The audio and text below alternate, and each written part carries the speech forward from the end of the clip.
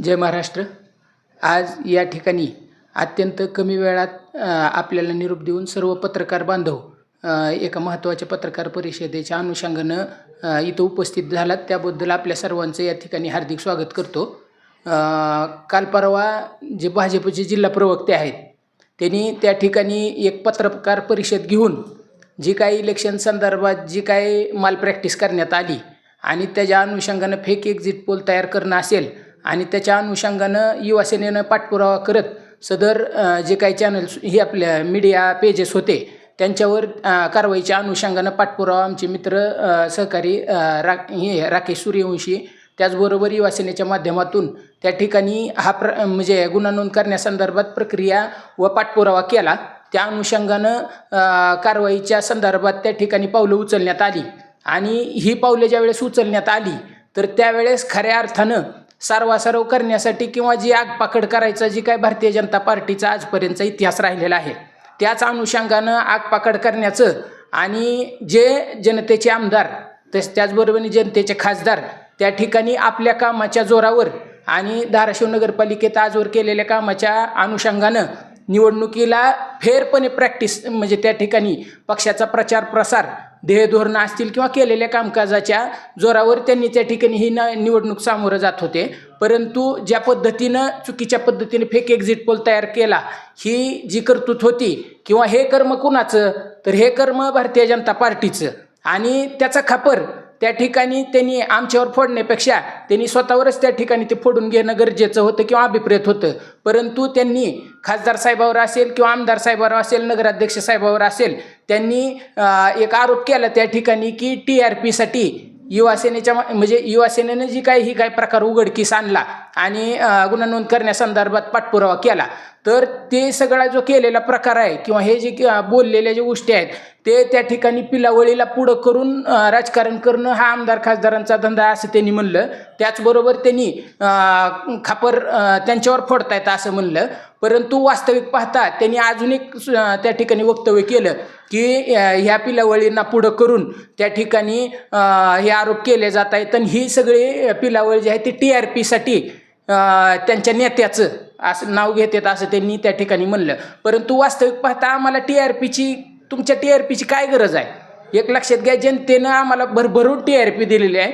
त्या ठिकाणी 3.5 लाखाच्या मताधिक्यानं खासदार ओमराजे निंबाळकर त्या ठिकाणी निवडून आलेले आहेत। त्याचबरोबर कैलासदादा पाटील त्या ठिकाणी 40,000 मतांनी निवडून आलेले आहेत। त्याच्यामुळे तुमच्या भंपक TRPची आम्हाला गरज नाही। आमच्याकडं त्या ठिकाणी तुमच्यापर्यंत खोटं बोल पण रिटून बोल त्यांनीच वाक्य वापरले ती पद्धत आमच्याकडं नाही।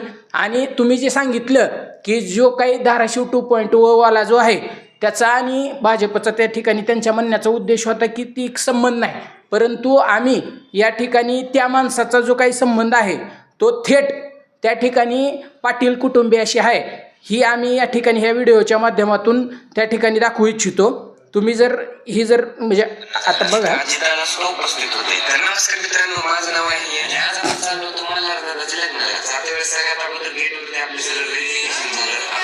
कारण म्हणजे सिंगल्स फोटोग्राफी यांची लाईव्ह स्क्रीन असल्यामुळे आपण इथं आलो आणि इथंच आपल्याला धाराशिव 2.0च्या आर्मी सुद्धा भेटली। त्यांच्यासोबत थोडं बोलणं वगैरे झालं आणि नंतर इकडे लग्नाला सुरुवात झाली। लग्न एकदम पारंपरिक पद्धतीने संपन्न झालं।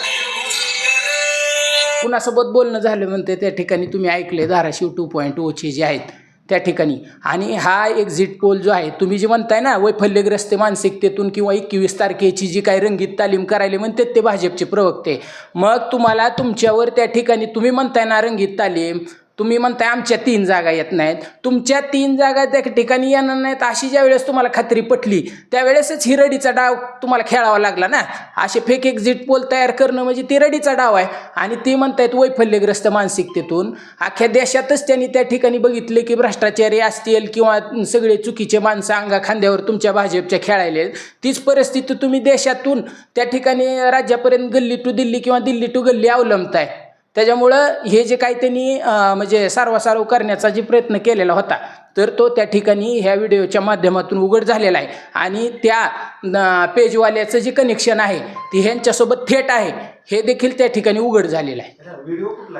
हा व्हिडिओ जो आहे तो इंस्टाग्रामवर त्या ठिकाणी एका ब्लॉगरनं अपलोड केलेला आहे आणि त्यानं त्याचं काम केलं एक लक्षात घ्या। इलेक्शन झाले नंतरनं आणि लग्न झाले अगोदर त्याच्यामुळे ही काय व्हिडिओ फेक आहे किंवा काय नाही किंवा काय, तो त्या ठिकाणी प्रत्यक्ष गेला आहे, त्याच पद्धतीनं त्यानं सांगितलं की तिथं तो व्यक्ती उपस्थित होता, तो शेक हँड करतोय त्याला.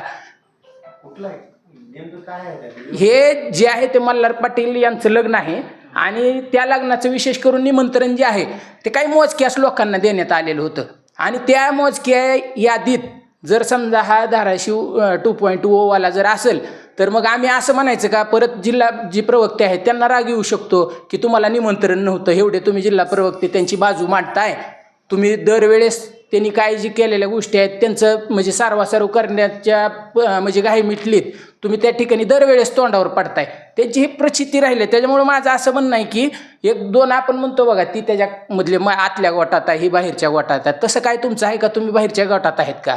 आणि जर समजा तुम्ही आतल्या गोटात असता तर तुम्ही तुमची काय झापडं त्या ठिकाणी डोळ्यावरची अशी ओढली होती का? आणि जर तुम्ही झापडं ओढली असेल तर तुम्ही जनतेला गृहीत धरण्याचं काम करताय असंच म्हणावं लागेल ना.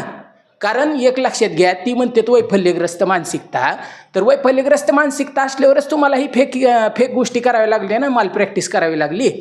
आणि परत तुम्ही ती जर सारवासारव करताय तर म्हणजे तोंडावर पडायचा धंदा. माझी त्या ठिकाणी नम्र विनंती आहे की तुम्ही माहिती घेऊन बोललं जावा आणि तुम्ही ज्या म्हणजे खासदार आमदारांवर त्या ठिकाणी आगपाकड करण्यापेक्षा आणि त्यांनी शब्दशः चांगले, आपण म्हणजे बाय प्रोफेशन इंटेलेक्च्युअल प्रोफेशनमधून येतो, तर पिलावळ ह्या गोष्टी किंवा ह्या शब्दाचा माझा तुमच्या माध्यमातून कृपा करून त्यांना विनंती आहे की हे शब्द वापरले जाऊ नये. कारण पूर्वाश्रमीचे तुम्ही पण हिकडलेच होते, मग तुम्ही त्या पिलावळीच्याच गँगमध्ये होते का, असा देखील या ठिकाणी प्रश्न अधोरेखित होतोय.